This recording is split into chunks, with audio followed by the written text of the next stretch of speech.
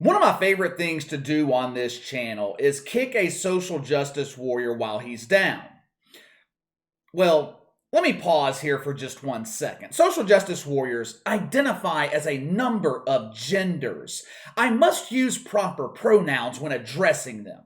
So let me correct myself and say, one of my favorite things to do here on the channel is kick a social justice warrior while he, she, they, it, them are down. It gives me pleasure to pour salt in their open wound. I am generally a nice person. I'm easy to get along with. I don't like to see people fail for the most part. I was watching something on YouTube earlier today. It was something about bread lines in New York City. And these were not all homeless people in the bread line either. Many of the people in line had full-time jobs. They can't afford to eat because inflation is through the roof. Most of us can empathize with people in that situation. But then you look at the flip side of it and realize that the city of New York continues to elect social justice warriors, so they're essentially getting what they voted for. I have absolutely no sympathy for members of the woke media. The sun shines brighter when a member of the woke media fails, and the sun is shining extra bright today because the biggest failure in the woke media has failed again. Bomani Jones. Bomani Jones. The man classified as the huge embarrassing failure. Bomani Jones, the man who is living proof that equity does not work. Bomani Jones, the male version of Jamel Hill. Bomani Jones, the face of a man destined for lifelong virginity. This dude is a fucking loser. I try not to call people losers. It's a strong term to use, but what other adjective could I use to describe Bomani Jones? Has this man ever won at anything in life? Casinos across the country, they will comp Bomani Jones any day of the week. This fucking guy loses at everything. Give him a free room, free food, free mani-pedi, along with a nice ass squeeze from Big Chester. He will lose thousands of dollars in the casino. Last week, we talked about the big premiere of Bomani Jones on HBO. Now, I'm not going to go into the list of his media failures again today. If you want to know how many times Bomani Jones has failed in the last 5-6 years, check out the video I posted last week. And by the way, I just found this out today. Did you know this fucking loser is an Emmy Award winner? Yeah, I didn't know that either. I had to look it up to verify it. The only places that list Bomani Jones as an Emmy Award winner are his own websites. I looked up the Emmy Awards. I couldn't find his name on the list, which means Bomani Jones is either lying about it or I just didn't care enough to look that deeply into it. Either way, Emmy Award or not, Bomani Jones is a fucking loser. Last week, we talked about the big premiere of Game Theory with Bomani Jones on HBO, a show which should be titled Bomani Jones is a Huge Embarrassing Failure. The premiere episode last week had Last Week Tonight with John Oliver as its lead-in. You are not going to get a better lead-in on HBO than John Oliver. Even with a strong lead-in, the premiere episode of this garbage drew a measly 153,000 viewers. He lost something like 70% of the audience that John Oliver just handed over to him. Episode 2 of Garbage Time aired this past Sunday. There's a big problem though. A lot of concern going into episode 2. John Oliver was off on Sunday. There wouldn't be a strong lead-in for woke Professor Jones. But have no fear, I am Bomani Jones. I have a solution to this problem. What does HBO and shitfuck decide to do? They move Fuck Knuckle into John Oliver's time slot.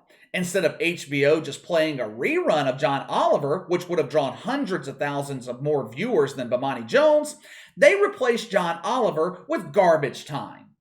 I guess the thinking was, we will trick our audience. They'll tune in expecting to see John Oliver, and they'll stick around for Bomani Jones instead.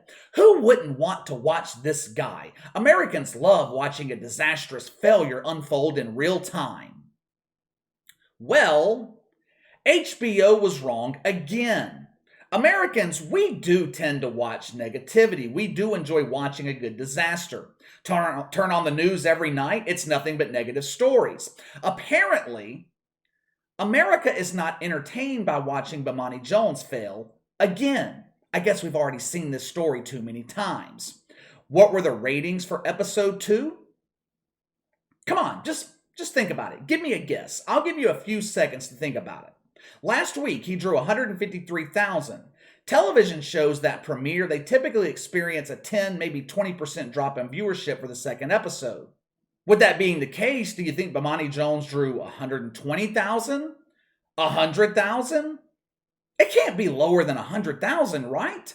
I mean, you could put Jackie Mahomes on television doing his little foo-foo dancing, and 100,000 people would tune in to get a good laugh. Do you want to know how many people watched Bomani Jones Sunday night on HBO? Yeah, I do too. I would love to know, but I don't. Why? Because ratings analysts only provide ratings for the top 150 shows on television. That's right.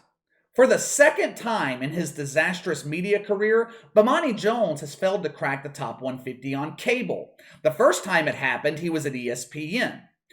I don't know how this dude continues to show his face in public. Garbage Time has been promoted relentlessly by ESPN and HBO. Bomani Jones made the woke media rounds last week, doing interviews with GQ and other publications that the vast majority of people don't read. Even with all that promotion, the loser can't outdraw paid programming. I am not making that up. Paid programming at 2 a.m. on CNBC drew a larger audience than Bomani Jones. Paid programming. Some shithead selling blow-up dolls to lonely social justice warriors who paid for airtime at 2 in the morning. More people watched him than Bomani Jones. Spring training Major League Baseball, more popular than the loser. The Weather Channel, Sundance TV, something called Uncensored on a channel called TV One. You know who else has a larger audience than Bomani Jones? This guy, me, yours truly. Right now, this channel's averaging between 120 and 150,000 viewers each week. Think about how bad you have to absolutely suck to be less popular than a YouTuber who sits in front of the world's ugliest curtains and makes fun of you for being shitty at your job. Bomani Jones has millions of dollars behind him, paid promotion, two of the biggest media conglomerates in the world. They're pushing his show. He was given a free platform without having to earn it. And look at where it got him. Beaten by Mr. Clean in the ratings. It just goes to show you, being woke doesn't pay. It also proves what happens when you give someone a platform when they haven't earned it. Bomani Jones refuses to change because he continues to be paid millions of dollars to be a complete dumb fuck. You know what else this also proves? It proves a point that my audience already knows. Do not base your business decisions on Twitter. If you look at the Twitter account of Bomani Jones, you'll come to two realizations. One, this guy has no life. He has tweeted almost 400,000 times since 2009. The only guy lonelier than Bomani Jones is Rex Chapman, the dude who keeps his mouth open so Pee-wee football kickers can practice their field goals. And two, on the surface, you would think Bomani Jones has a large following. He has nearly 600,000 followers on Twitter. But when you start to do a little bit of digging, you quickly realize the majority of these followers are either paid for bots or inactive accounts. When Bomani Jones tweets, he barely gets any activity or reaction. He will promote his podcast on Twitter and get 6 likes. My channel will get 6 likes in 6 seconds. Just because someone seems popular on Twitter doesn't mean that popularity or lack thereof will translate to television or radio or life in general. The tagline on his Twitter account reads, "She says, I can't stand the way he sings, but I'd love to hear him talk."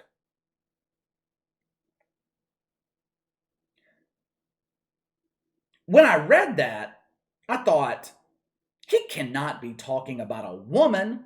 No clear-thinking woman would have anything to say to Bomani Jones, much less want to listen to his bullshit. But then I quickly figured out he must be talking about his own mother. That is the only woman in America that would give Bomani Jones any attention. And I would imagine even she gets tired of his bullshit. Sunday morning, Bomani Jones was promoting his HBO show on Twitter. I quote tweeted him. It was probably the only activity he got on this tweet. I quote tweeted him and I said something to the effect of, "You didn't draw last week with John Oliver as your lead-in. Your second episode will be a disaster. Enjoy your next 4 episodes, they'll be your last." So far, I am right. And I will be right again when HBO cancels his show. But let me know what you guys think. Bomani Jones, once again, falling flat on his ass. Sound off in the comments below. Make sure to like and subscribe. Click the notification bell to receive all notifications from the channel. Best way to contact me is by email at btlkc84@gmail.com, KC_BTL84 on Twitter. I'll see you guys tomorrow.